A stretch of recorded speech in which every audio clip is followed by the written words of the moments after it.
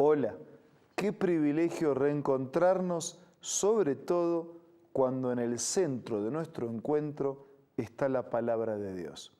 Meditar, reflexionar, leer el contenido de la Biblia siempre representa bendición para quienes lo hacen. Reavivados por su palabra es un proyecto mundial de la Iglesia Adventista del Séptimo Día, a través del cual diaria, sistemáticamente, día tras día, nos dedicamos a un capítulo de la Biblia hasta completar la lectura de toda la Escritura. Hoy nos dedicamos al capítulo 21 del segundo libro de Reyes. Antes pidamos la bendición de Dios. Señor, al abrir ahora tu palabra pedimos que nos bendigas y nos asistas para entender y aplicar su mensaje a nuestra existencia. Lo hacemos con gratitud en el nombre de Jesús. Amén. Por favor, si usted tiene una Biblia, este es el momento de abrirla. Segunda de Reyes, capítulo 21. Bueno, este es uno de esos capítulos que a mí me gustaría que no estén en la Biblia.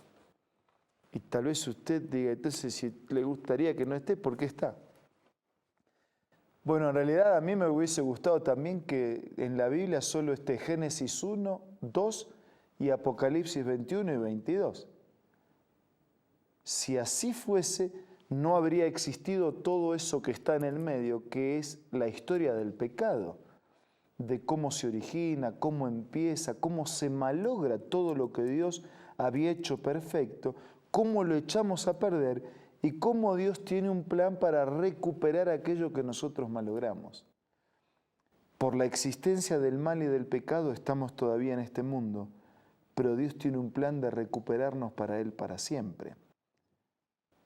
Y este capítulo, como tantas otras historias de la Biblia, tristes, hasta difíciles de entender, están escritas para que aún en los errores, fracasos y pecados de otros podamos aprender lecciones y evitar en nosotros lo que otros ya tristemente tuvieron que experimentar. Aparece aquí en el capítulo 21 el reinado de Manasés. Dice el versículo 1 que tenía 12 años cuando comenzó a reinar y reinó en Jerusalén 55 años. Así que bueno, algunas de las cosas que hizo lo hizo bajo la tutoría de sus mayores, pero otras ya los hizo totalmente bajo su conciencia y sus propias decisiones. Y cuando se resume así el final, o sea, toda la historia de él, dice versículo 2 que hizo lo malo. ¿Por qué hizo lo malo?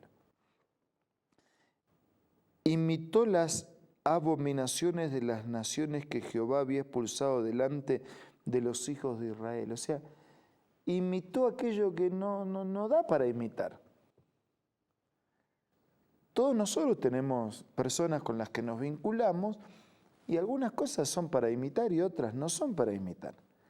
Él imitó lo que no daba para imitar, lo que Dios ya había desechado, lo que Dios ya había dicho que era malo, que era incorrecto, que no edificaba, que no era conveniente. Segundo problema, versículo 3.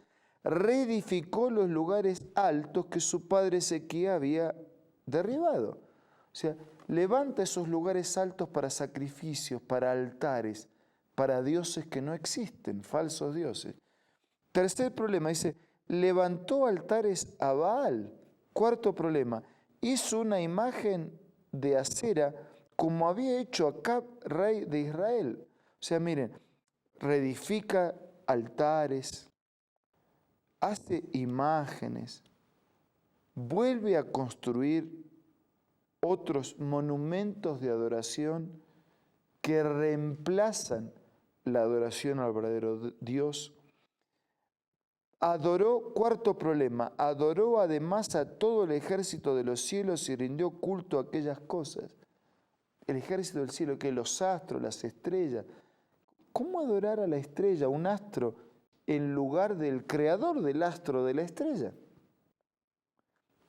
pero él reemplaza, adora la manufactura, o sea, la creación de Dios, en lugar de adorar al creador de esa creación.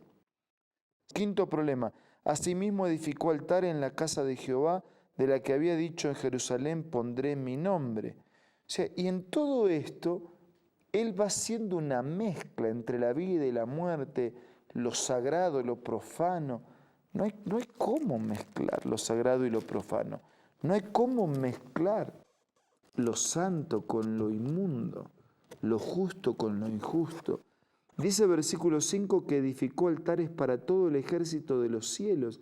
Dice versículo 6 que además hizo pasar a su hijo por el fuego y se le dio a observar los tiempos, fue agorero, o sea, hizo magia, instituyó encantadores, adivinos, multiplicando así la maldad de sus hechos ante los ojos de Dios. Al punto tal que sacrifica a su hijo en la magia, en las hechicerías, en rituales que nada tenían que ver con lo que Dios había pedido. Versículo 7, puso una imagen de acera hecha por él en la casa de la cual Dios había dicho a David y a Salomón: pondré mi nombre para siempre en esta casa. O sea, donde Dios dijo: en esta casa estará mi nombre para siempre, él reemplaza el nombre de Dios por otros nombres. Reemplaza el lugar, el sitial, el reconocimiento del verdadero Dios, del creador del universo, por otras cosas, por criaturas, por cosas creadas, por cosas fabricadas. No volveré a hacer que Israel ande errante lejos de la tierra que di a sus padres, dice el versículo 8, con tal que cumplan todas las cosas que yo les he mandado y las guarden conforme a toda la ley que mi siervo Moisés les mandó.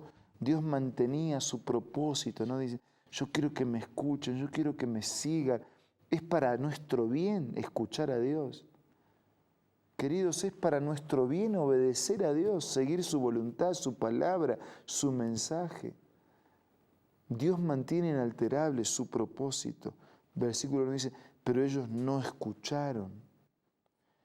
Y Manasés los indujo a que obraran peor que las naciones que Dios ya había destruido. El creyente que no vive su fe actúa peor que el incrédulo, que el que no cree.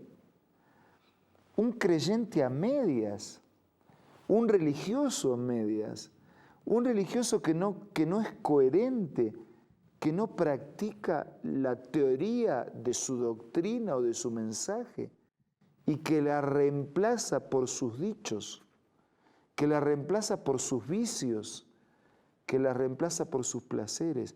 Es peor que un incrédulo, que un no creyente, porque el incrédulo no espera nada, no cree y no cree.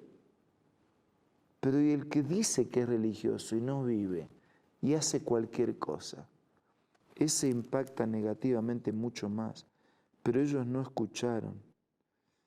Y porque Manasés cometió todas estas abominaciones, porque hizo lo peor, porque su conducta, sus procedimientos, un mal grande vino sobre Manasés y finalmente vino sobre todo el pueblo que se dejó guiar por Manasés. El líder es responsable y cada líder va a pagar. Yo voy a pagar como líderes. Si influenciamos para bien o para mal, enfrentaremos las consecuencias.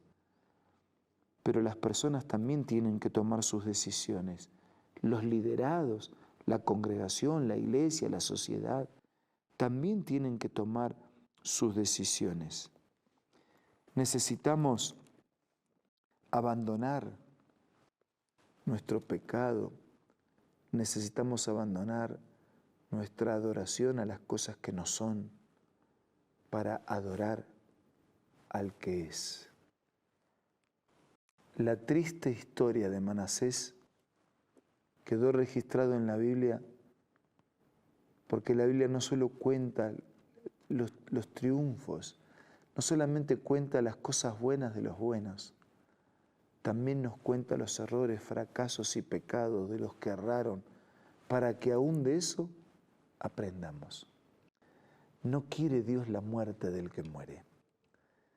No quiere Dios que el pecado nos consuma para siempre. Dios quiere terminar con el pecado y salvar a los pecadores.